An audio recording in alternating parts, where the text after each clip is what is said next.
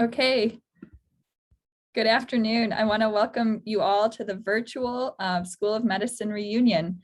I'm Dr. Taylor Triolo, president of the CU Medical Alumni Association and graduate of the class of 2013. This year's reunion is being hosted by the CU School of Medicine and the CU Alumni Association. And as graduates of the School of Medicine, we're all members of the CU Medical Alumni Association. Our members include current and past students, house staff, and faculty. And as members of the association, there are many ways to get involved and help impact our students. For example, you can become a preceptor or mentor students through programs like First Up to support first-generation medical students. We also have opportunities for specialty speed networking, or you can also join us on the board of the Medical Alumni Association on our board of directors. Whether you're local or out of state, I encourage you to get involved in these programs. We're glad to see that you've joined us to hear from some of our current medical students. But before we enjoy our student panel, let's welcome Dr. John Reilly, Dean of the CU School of Medicine and Vice Chancellor for Health Affairs at the CU Anschutz Medical Campus. He holds the Richard D. Krugman Endowed Chair and joined the university in 2015. Prior to joining CU, Dr. Reilly was professor and chair of the Department of Medicine at the University of Pittsburgh. His education and training include an undergraduate degree in chemistry from Dartmouth, a medical degree from Harvard, and postgraduate work at Brigham and Women's Hospital in Boston and Intermountain Healthcare in Salt Lake City. His research expertise includes pulmonary diseases, including emphysema, chronic obstructive pulmonary disease, and lung cancer. So please join me in welcoming Dean Reilly. Thanks so much.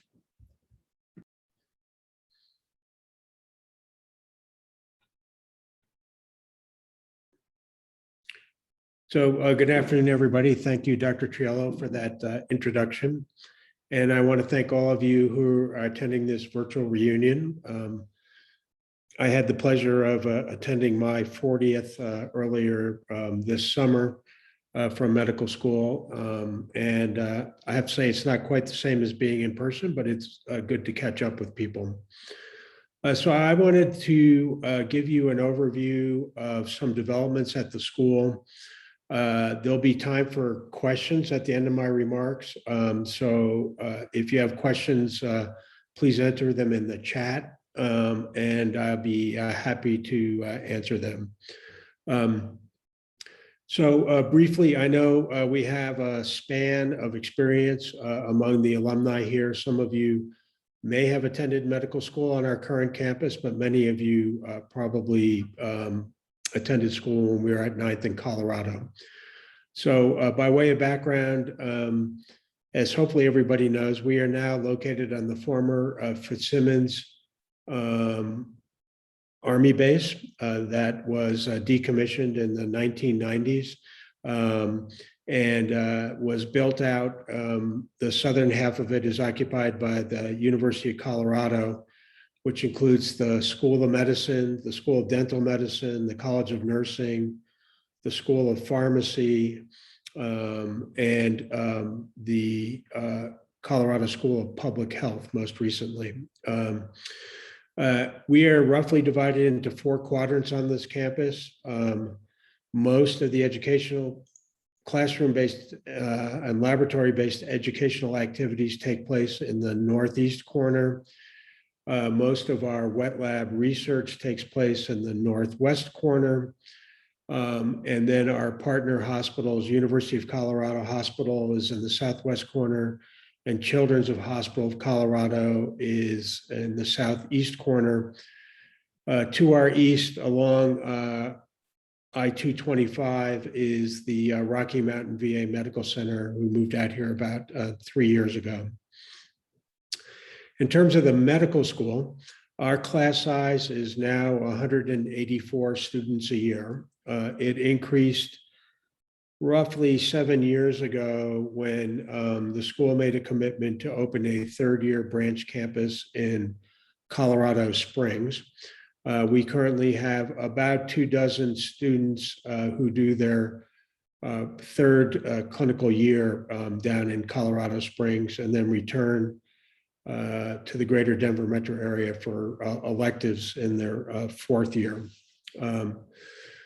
We recently, as in August of this year, opened a four-year branch campus of the medical school in Fort Collins in partnership with Colorado State University. The initial cohort of students participating in that numbers 12 and are part of the 184 students in our class size. I think Taylor mentioned that I started here in the year 2015, and at that time we had roughly 7,700 applications for admission to the medical school. This past year, for the class of 2025, who are now in their first year, we had over 14,000 applications for participation in the class. So about a 90% growth over 5 years, in contrast to the national average, which saw about a 20% growth. Much of that interest came from students from out of state. So if you look at our student body now, it may look a bit different than it did when some of you attended this school. We are now about 55% women, and that mirrors a national trend where the majority of undergraduate medical students are women. We are roughly 25 to 30%, depending on the year, students who come from backgrounds underrepresented in medicine. In our first year class, almost 20% of people are the first in their families to attend college. We're now about, depending on the year, half and half in-state and out-of-state students. What hasn't changed in the past 5 years, and for that matter, has not changed in the past 35 years, is the amount of support we get from the state of Colorado. So even though we've had significant growth in the number of our students and the number of our faculty, in our research enterprises, I'll mention in a minute, if you adjust for inflation, we receive less support from the state of Colorado than we did 25 years ago. Despite that, we've tried to keep costs down. We guarantee the same tuition for all 4 years for each entering class. The class that graduated last year, over the course of 4 years in total, spent about $2,000 more than the class that graduated in 2015. So we are rising at less than the rate of inflation. And we cover the balance of that with funds derived from our clinical enterprise and the volunteer efforts of our faculty in teaching. Another milestone for the school this year is we are rolling out a new medical school curriculum. So it certainly looks way different than the curriculum I had when I attended medical school in the late 1970s and early 1980s. A couple notable features about this curriculum, which is called the Trek. And if you're into hiking, that can be a good thing. And if you don't like it, then that may fill you with a little dread. But there's a greater emphasis on small group education. The primary initial clinical experience, which many of us experienced as third-year medical students, has been moved up to the second year. And the structure of that now is a longitudinal integrated curriculum. So rather than a series of blocks where you would spend 4 or 6 weeks doing a particular area like pediatrics or radiology or internal medicine or surgery, now those are all woven together over the course of a 10 to 12-month period. The hope from this is that it will allow students to form stronger bonds with faculty because they'll have a more longitudinal association with faculty. It'll enable them to follow patients across different parts of the medical experience through obstetrics and surgery and follow-up in primary care, for instance. And that it will, as a result, produce more well-rounded students who have a better appreciation for all aspects of medicine. After that second year, students will then enter a third year where there will be so-called deeper dive into certain areas, and that will combine advanced clinical training experiences along with advanced scientific lectures and small group sessions.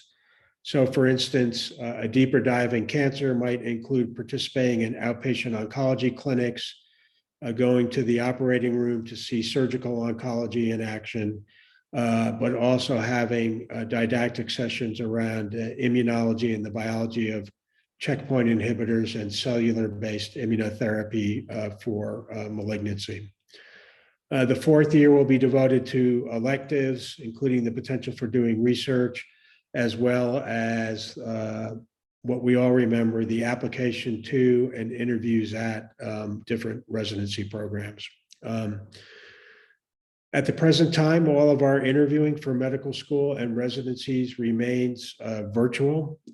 We hope to get back to in-person interviews next year because I think our campus is a great drawing card for people who come to visit it. I want to say a word about the growth of the School of Medicine in recent decades. In outstripping the increase in the number of students, which I described to you earlier, has been a dramatic increase in the number of our faculty and therefore the size of our faculty practice. We now number almost 4,500 faculty. We've added about 200 a year in the 6 years that I've been here. We are the largest multi-specialty physician practice in the state of Colorado now, and probably in the Rocky Mountain West, I would think. We provided visits to roughly 2 million visits on this campus last year for patients.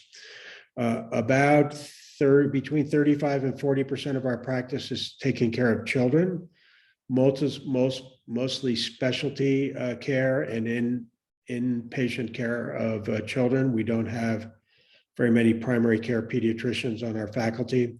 The balance, of course, is taking care of adults, primarily at University of Colorado Hospital, but we have roughly 35 or 40 practice sites scattered throughout the community, primarily in the greater Denver metro area at this time. Our faculty have been generous to our students in addition to volunteering their time. This year, they committed $1.2 million from our faculty practice plan to support students' scholarships. And that has enabled us to reduce the debt burden from our students and continue on our path to diversify our class. The last thing I would mention is there was in the early 2000s through the early 2010s, a huge spurt of building on this campus that I described to you earlier. I am speaking to you from the former Fitzsimmons Army Base Hospital, which was imaginatively named Building 500 when it was part of the Army base. But the rest of the campus is quite new. The 4 education buildings and the 4 research buildings, as well as both hospitals, are all relatively new. But despite that, we have run out of space. So we have built a new building on the university side, the Anschutz Health Sciences Building, which is roughly 93,000 square feet, will house about 600 faculty and staff, and will open in 4 weeks' time. It's got a spectacular atrium inside, and if you have the opportunity to visit the campus later this fall or anytime next year, I would encourage you to come visit that building. It's going to be very special. It is going to house all of our behavioral health programs, our clinical research center, our Center for Personalized Medicine, our bioinformatics programs, and our programs related to health policy research, dissemination, and advocacy will all be moving into that center. At the same time, the University of Colorado Hospital, which is now the flagship hospital of the UC Health System, is adding a third inpatient tower, so another 200 inpatient beds that will include an inpatient psychiatric unit, another dozen operating rooms, and a new dialysis facility to meet the ever-increasing demand for services on this campus. Last year, we took roughly 7,000 transfers from other hospitals in the state of Colorado to come here to get highly specialized care. And that demand has continued to increase during the COVID pandemic. And with that, I will stop blabbing, and I'd be happy to entertain any questions that people in the audience might have. Great, thanks so much. We have one question in the Q&A box so far about the new curriculum, the TREC curriculum. Has it been instituted in part as a trial in this last year, or has there been, or in prior years, or is it totally new in 2022? So this was a jump off the cliff in August of 2021. We piloted components of this curriculum in the past. So we've had a longitudinal integrated curriculum at Denver Health for probably close to 10 years now. And for about 5 years now, I've had a longitudinally integrated curriculum in Colorado Springs, and a modified one at the VA, because obviously it's hard to get pediatrics and obstetric care at the VA medical system. So that is a slightly different structure. So we have tried various aspects of this curriculum over the past several years. But then it was a so-called Big Bang this August, where the incoming class of 2025, who began in the second week of August, made the total translation to this new curriculum. And I see another question about the inclusion of rural medicine program students in the Fort Collins section. I'm going to have to plead a little bit of ignorance there. Every year, we have about 20 to 24 students who pursue the rural medicine track within the medical school. That track remains in the new curriculum and is similarly subscribed by students. So a couple of them may be up in Fort Collins, but the majority are doing their first year down here on the Anschutz Medical Campus. Thanks. We also have a couple more questions in the chat. One is about, do we still have an integrated PhD program for grad students who want to take med school classes with their research programs? We do. So we do have a so-called physician scientist program, which is supported by a grant from the National Institutes of Health. Dr. Gutierrez Herman, who ran that program for many years, retired last year. And Dr. Kara Wilson, who's an endocrinologist from the Department of Medicine with a very long and productive research career, has assumed the direction of that program. We take between 10 and 12 students a year in that program. They do the preclinical sciences as part of the MD class with some special seminars on the side. And then they enter their PhD curriculum and then return for the clinical experiences, and then graduate with both an MD and a PhD degree. There's been a lot of concern about what reentry, quote unquote, is like for students after being in the lab for several years doing a PhD. But when we've looked at the performance data and the clinical clerkships, our MD, PhD students perform at a level comparable to our MD students. So that transition has been managed well. Great. We have another question about the curriculum and how you're assessing its effectiveness for the new curriculum. Yeah, that's a good one. I think a very legitimate question. So we have some of the usual criteria. We administer some standardized exams, both OSCEs and STEP exams, and we can look at the scores on those and compare those to prior years. And I would say the early returns, now, granted, we're only 2 months in, is that our scores in the new curriculum are slightly higher than they were on in the old curriculum. If we look at our internal exams that we provide in the courses, some of them use the same questions as previous years. And we would look at the performance on those. Our new curriculum students are also performing slightly higher. A benchmark that many medical schools use is performance on step 1 of the National Board of Medical Examiners exam. We have the ability to look at that, but that ability is going away because that exam is being morphed into a pass-fail exam rather than a number score exam. We'll get feedback from the faculty in the clinical parts of our curriculum about how well prepared our students are. We've been surveying the students, but as you know, if you're a student in that curriculum and you haven't been in another curriculum, it's hard to compare the curriculum. There is literature in the medical education literature that longitudinal integrated curricula do a better job of preserving empathy among participants, so people become less cynical and burned out. I never thought we had a lot of cynicism among our medical students to begin with, but that is one thing that people will be looking at.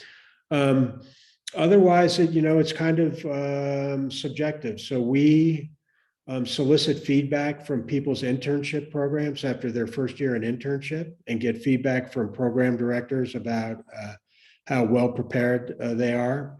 In general, our graduates have performed quite well at the residencies they go to. So they'll be starting from a relatively high bar to begin with.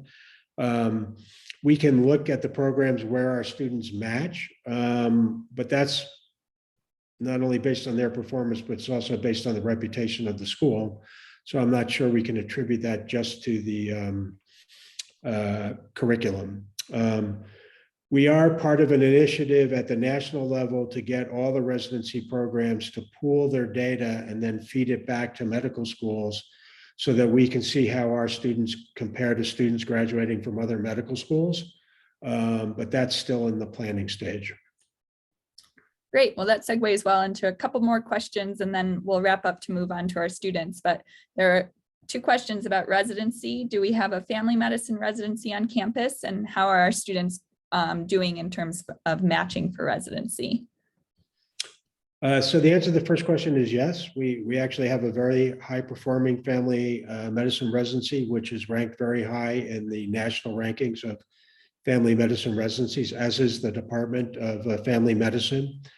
It includes the ability to focus on the urban underserved by working in the federally qualified health centers associated with Denver Health, but also has a rural track component where trainees do the first year of their residency here on campus and in our family medicine practices, but then the final 2 years at one of several rural locations. In terms of our overall performance in the match, I would say in the past couple of years, we've done quite well. We've had a couple students who haven't matched, and it's usually because they're unrealistic about their competitiveness as a candidate or their choice of specialty. In the year 2021 or next year, 2022, if you're in the bottom quarter of your class, you're not going to match in dermatology, for instance, or orthopedic surgery. And if a student has their heart set on that and applies in that anyway, then sometimes they are disappointed. But overall, we sent students to very high caliber programs across the country. Although we are not supplied the data about how many students got their first or second choice in the match, what we hear from our students is that the majority of them did. Great. And there's a couple more questions and then we'll wrap up, but people are asking about the cost of medical school and how it's greatly increased since some of them have gone to medical school. And is there so are we doing anything to reduce the cost or mitigate those increases? And is there a difference in tuition and fees for in-state and out-of-state? Yeah. Okay, so medical school is expensive. For in-state tuition, we're about in the middle of the pack for public medical schools nationally, and we're just under $40,000 a year in tuition and fees. What we've done in the past 6 years to try to reduce the cost burden is there used to be about $2,500 or close to $3,000 of fees on top of that tuition. So for instance, you used to have to pay a fee for gross anatomy of like $1,200. I've eliminated all the fees that I'm allowed to eliminate by law. We have 1 or 2 that are required, but otherwise we've eliminated those fees. There is a cost differential for out-of-state students. It's the so-called accountable student fee, which is around an additional $26,000 a year. So that makes those students around $66,000. I have kept that accountable student fee flat for the past now 7 years. So I mentioned earlier, we guarantee the same tuition to people for their 4 years here. So whatever you were paying the first year you got here is what you pay each year for all 4 years. And our main focus has been on increasing the amount of scholarship funding that we have available for students. So we've dramatically expanded the availability of scholarships. And the result of that is a gradual reduction in the level of student debt. Although the more out-of-state students we take, obviously, the more financial pressure there is. And I'll close with my favorite question here, which is my favorite part of being the Dean of School of Medicine. This is a great place to work. It's a great time to be in medicine. I had lunch with about 10 of our second-year medical students earlier this week. We sat outside, 6 feet apart, all that stuff.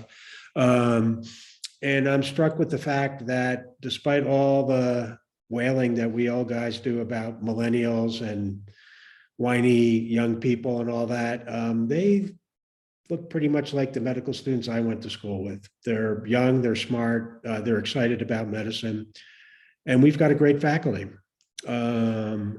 And this campus is a beautiful place. So when you add all that up, it's a really good job. Awesome. Thanks so much. Thank you. Thanks for joining us today. So now we're going to move on to the student panel of this afternoon, evening. And so I'll ask the students to turn on their cameras. And then I'll go around and just ask you guys to introduce yourselves, what class year you're in, and where you came from and where you went to school. And then we'll ask a few questions and have some time for questions from the audience as well. So let's start with Andrew. Hi, everybody. My name is Andrew Marinotti. I am a second-year medical student here at CU, and I'm from Columbus, Ohio. So incidentally, I also went to Ohio State University for both my undergraduate and my master's degree. Great. And Cassini? Hey, everyone. So my name is Cassini. I went to CU Denver for my undergraduate degree in anthropology, and I was born and raised in Colorado. I was actually born at University Hospital and never left. Well, welcome still. And Emily? Hi, everyone. My name's Emily. I'm an MS4 at CU. I was born and raised in Colorado as well, and then left to go to Santa Clara University in the Bay Area. I came back for a couple years to do clinical research on campus, and then I started medical school. Great. Well, thanks all for being here tonight. So I'm going to ask each of you to answer, why did you choose CU Anschutz? And let's start with Cassini. Yeah, so a huge reason why I chose CU was, one, because my family lives here. So my father has actually been faculty in the Department of Neurology for 37 years. And he's a PhD biochemist, but a part of the reason why CU is so appealing is because it's sort of the village that helped raise me. And being in Colorado, I, in undergrad and a little bit earlier than that, have been working with various community organizations that I felt really bonded to. So staying here was an easy choice. Colorado, Aurora, Denver, there's just like a meaning to being here that I couldn't find anywhere else. But probably the most importantly is that I actually graduated from a pipeline program, the BABSMD program, at CU Denver for underserved and underrepresented students in medicine. So it was in some ways a choice that was made for me, but also one that I made myself. That's great. How about from Andrew? Yeah, so I originally came out here about 3 years ago for a job. I worked at University of Colorado Health at on this campus actually. And I was working in healthcare administration, and I really just kind of fell in love with the campus and all the people I worked with, who were many of them CU faculty. And I just really thought, you know, if I was going to go to medical school anywhere, you know, this is right up there with going anywhere else I could think of. And I just kind of fell in love with the campus and with the faculty and just the energy and the surroundings and all of that good stuff. And I was super elated when I got in. I didn't even expect to get in. I was like, there's no way they're going to take me. But they did. It's not a mistake, which I'm pretty sure of at this point.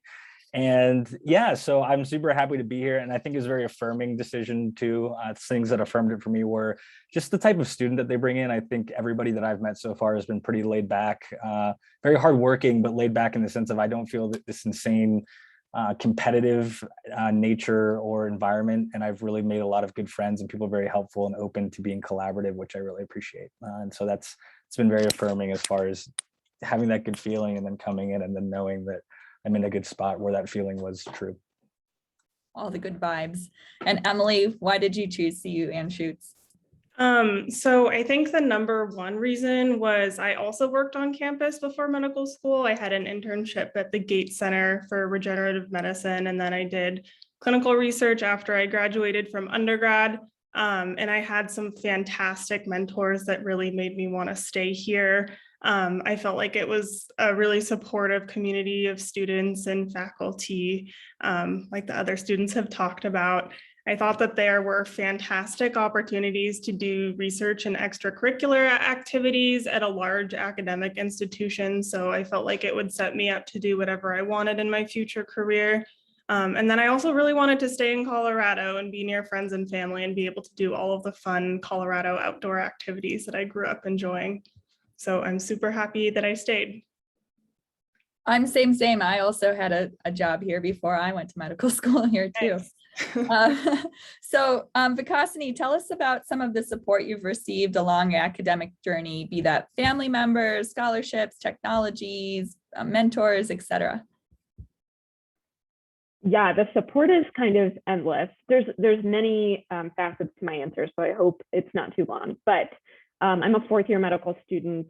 I found that during my first couple of years of medical school, I actually struggled with connecting with the resources that would help me. And that is largely because I never had to do that before. Before medical school, I think I could really rely on my own abilities in some ways. And in medical school, I realized that things are expensive. So all of the sort of third curriculum resources like Sketchy and UWorld, like I'm sure some of you have heard about these resources. They're a little bit inaccessible because they're so expensive. And Tell them what those are. They might not know. sure. Yeah. So for step one, which is, as I like to call it, a part of the testing industrial complex, there's certain resources that are now essentially required for you to do well, or even have a shot at doing well on this exam. And so Sketchy is like a cartoon, like Memory Palace mnemonic tool that a lot of people like. And there's some free resources as well, but you really do just have to figure it out on your own, or at least I felt like I had to figure it out on my own because I don't have family that's in medicine clinically. And so that was really daunting. I am choosing to go into anesthesia, which again, like I don't really have a lot of precedent for in my life. There's not a lot of people who have done that. So I will tell you that one mentor actually, and like this is cheesy, but she changed my life. She's also a CU grad, but she essentially met with me at a time of great need when I did not believe in myself. And I found that the biggest like source of mentorship was actually that emotional mentorship, where she could meet my sense of sort of lack of confidence and help build me up so that I could believe in my own ability to keep getting through medical school and also to pursue anesthesia, which I love. So yeah, I think it speaks to the culture at CU. CU grads, helping CU grads actually like made a direct difference in my life. That's so great. And Emily, what are you going into, and why did you pursue a career in this field? So I just submitted my applications for internal medicine residency a couple of days ago, with the ultimate goal of doing hematology oncology fellowship. I think I'm one of the unique cases where I still want to do the thing that I went into medical school wanting to do. So I've always wanted to do oncology, kind of from my research experiences prior and having some opportunities to work with cancer patients. But I tried to keep an open mind during my third year rotations and really enjoyed a lot of the rotations. So it was a hard decision, but ultimately landed on oncology. I think it's a really exciting field because it's consistently growing. There are a ton of new research advancements, and I think it's really cool to see how basic science can make patient care better. And I also really like to form long-term relationships with patients and families. And I think that it's been really rewarding to be able to support patients through difficult times, and also inspiring to see how resilient humans can be in the face of some really difficult situations. And so I think oncology kind of gives me the perfect opportunity to do both research and form relationships with patients. And I'm really grateful for the research experiences that I've had on campus, because I think they've also helped me in internal medicine rotations with the critical thinking, kind of analytical thinking style that is necessary for internal medicine. So I've appreciated that. That's great. And Andrew, I know you're a second year still, but what are some of your personal and professional goals looking forward? Yeah, that's a great. As a second year, I'm a little undifferentiated in my my specialty choice as of now. I think I might wait till clinicals for that. But as far as my personal professional goals, like I said earlier, I have a background in healthcare administration. I got my master's in healthcare administration at Ohio State. And that is something that I entered that field thinking that it was just, oh, okay, this is like the business of healthcare or whatever. And what I realized is it's a lot more than that. And what I really started to recognize while I was doing that was the importance of physician leadership in that space. And so something that I'm very passionate about, very interested in, is physician leadership in hospitals and health systems in general. I think there's a lot you can do from a population health standpoint, to help the communities that you live in, more so than you can do almost on any level, because you have a lot of that infrastructure built out and you understand the intricate needs of the community. And so that's something that I'm very interested in, becoming a medical director, becoming a chief quality officer, chief medical officer at some point. So I think based on that, I don't know if surgery would be super compatible with that, because I'd be in the OR probably 24/7, but obviously there are leadership positions for surgeons. But yeah, I think that's definitely something I see weaving into my future. And I think that CU has been great for that, as far as helping me get a lot of those opportunities. I've been able to start interest groups around physician leadership, had the opportunity to run and be elected as one of the class presidents of my class. And there's just a lot of support there in general for following your passions and finding extracurriculars that I've been really appreciative of. So that's something that I'm building towards in the next 3 to 5 years. Great. Thanks so much for you guys' candid responses. I appreciate it.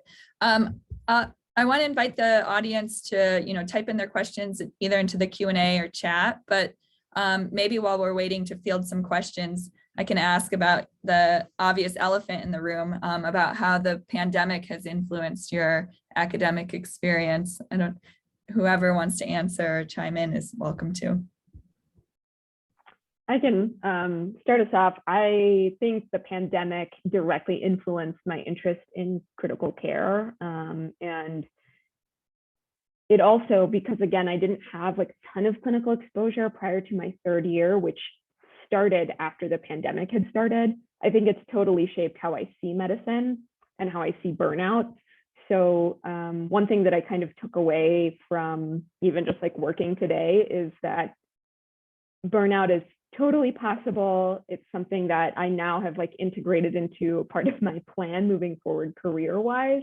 And that's scary, but I think it also creates a lot of opportunity for me to understand myself better and possibly be more resilient, but we'll see how things go.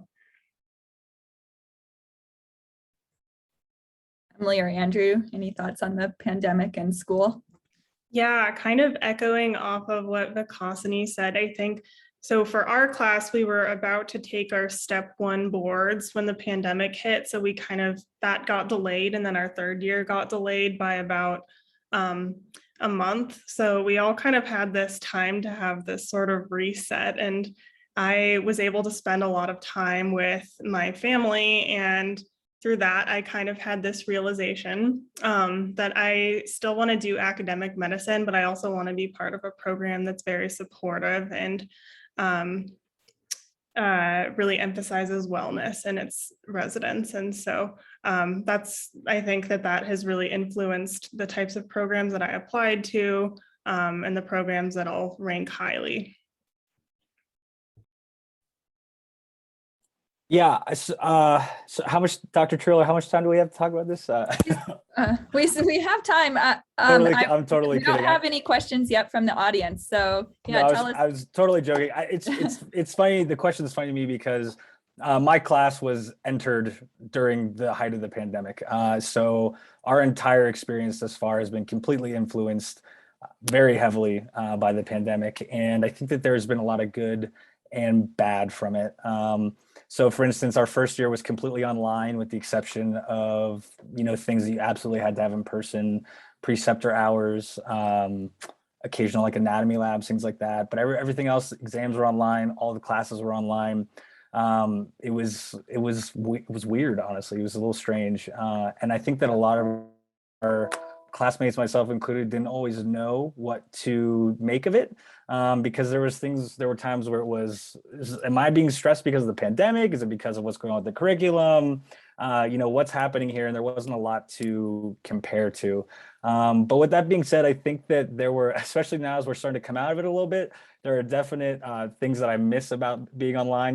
Being able to kind of like get up and walk over to your computer in your sweats and take an exam was nice. But there's good and bad with it. And I think that it's one of those things that has sort of galvanized our class in a lot of ways.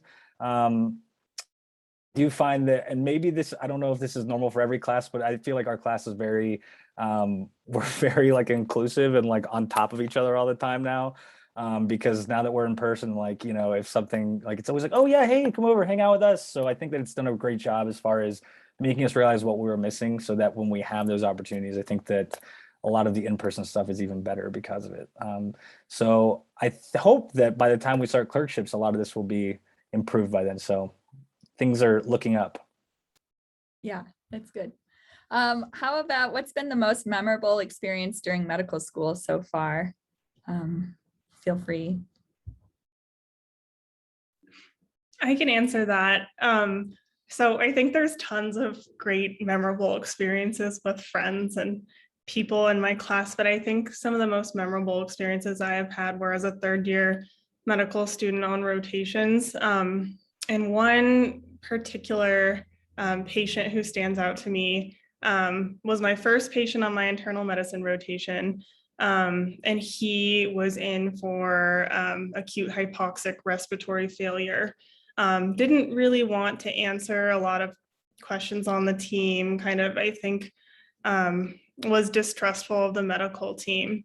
And so as a third year medical student who had a lot of time on my hands to go talk to the patient, I went and sat down with him one afternoon and learned that he had been exposed to beryllium at Rocky Flats, which was an old nuclear weapons manufacturing plant in Colorado. And my dad had actually worked on a project there after it had been shut down to clean up some of the radioactive material. So I went home and talked to my dad about my experience talking to this patient. My dad was like, okay, you should ask him about this particular building and all of these things. And so I went back the next day and talked to him about that. And he kind of started to open up with the whole team and ended up telling me a lot of really cool stories about his life, like told me that he had marched with John Lewis in Selma, Alabama, and was just this really awesome person, and ended up kind of getting more on board with the diagnostic and treatment plan. So I think that those experiences are really memorable and rewarding for me. Wow, that's a great story. How about like the gender distribution in your classes? Do people have families? Like how many are men or women? Because if you can imagine, a lot of our alumni went to medical school quite some time ago. So I'm sure the gender distributions in their classes were pretty different.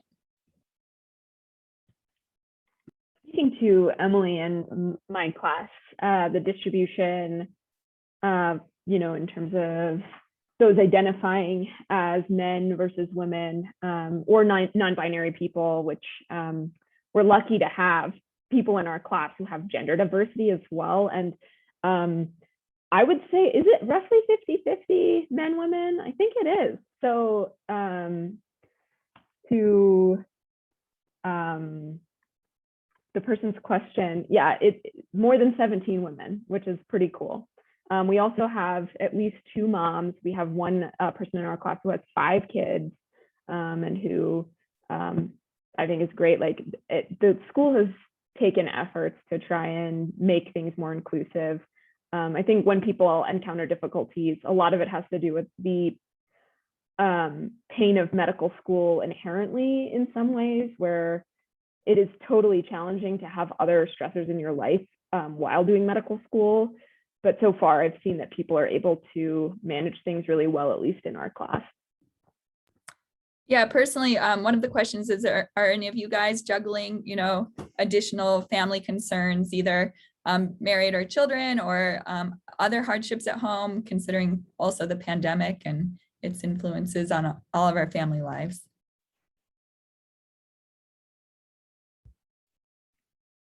I'll just say, yeah, my father has some significant cardiac issues, and my mom is significantly disabled. So but that's been the case for most of my adult life.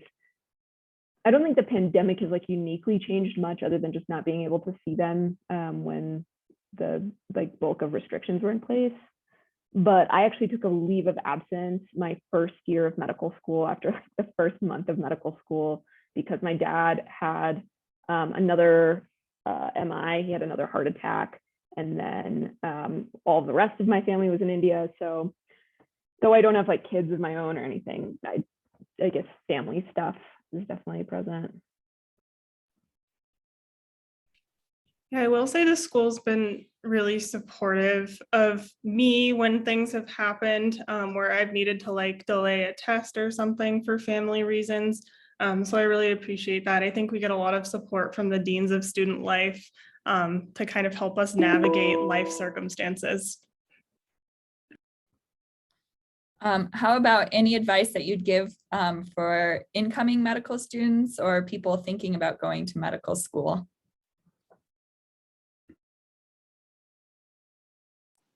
For people thinking about it, I would say do your research for sure and really understand what you're getting into. And I don't mean that to sound cynical or bad, but it is a lot of work, and it should be a lot of work, right?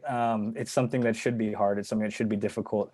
I think, I mean, I remember spending a lot of time saying, okay, here's what I'll do, and this is what I'm thinking, and I remember going in and being like, I always think about the summer before I started and being like, I'm going to medical school. I'm so smart. I can do everything.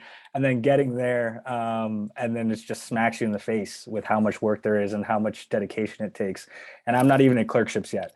So I would say that it's got to be something that you really want and that you really know you want and that you really understand as best as you can, because I don't think you can really understand it until you do it. How taxing and kind of trying it can be at times, but I will say that it's type 2 fun, right? So it's hard, but then when you achieve something, when you accomplish it, it feels great. So I think that those highs are really high, even though sometimes the lows are very low. So I would say it's people looking into it. I would say explore it and research it as much as you can, immerse yourself in it as much as you can, so you know what you're doing. And then for those that are in it, my one piece of advice would be, don't let other people's perceived success make you feel worse, because everybody's having a hard time at some point, and that's okay. And I think that being able to lean on other people and be open about that is really important. And I think that those types of people are the ones who have better mental health and better support systems and things like that moving forward than the ones who are always like, I'm doing great, I'm doing great. And it's like the duck on the water, right? They look super calm on top, but then underneath it's this treading, tumultuous sometimes. So I would say don't be afraid to be vulnerable if you're in school, and if you're thinking about going to school, do your research. Yeah, peaks and valleys. Emily or Vikas, any advice that you'd give to people who are thinking about going to medical school? I would just echo what one of my, during my pediatrics clerkship, the pediatrician I worked with, he always told me, what do you see yourself being okay at in 60 years and still liking? And you know, while also, if you want to have kids, like knowing that your kids know your name and like actually identify you as their parent, like what is the fields, like whether it's medicine, whether it's computer science, whatever, like what fulfills all of those categories, I guess. Yeah, that's great. Well, a lot of you guys have engaged in research, it sounds like, in your experience with CU. So how much does this add to your learning experience compared to other medical students? Hard for us all to say, of course, but you know, have you taken advantage of research as a student, having had that experience beforehand also? Yeah, I have done cancer research as a medical student, and I did before medical school at CU too. So it was, I think, cool to have that continuity with some faculty members. I did head and neck cancer research before, and then I've done more research in kind of melanoma and pan cancer research. But a lot of the faculty members that I knew and worked with through clinical research, I worked with in medical school. So I think that that's been a really good experience. I think, like I said before, it has kind of, I think having research experiences helps with critical thinking in medicine. There's certain skills that I've used in research that I think have been really helpful in my clinical rotations, like being able to read like the primary literature and then apply that to patients.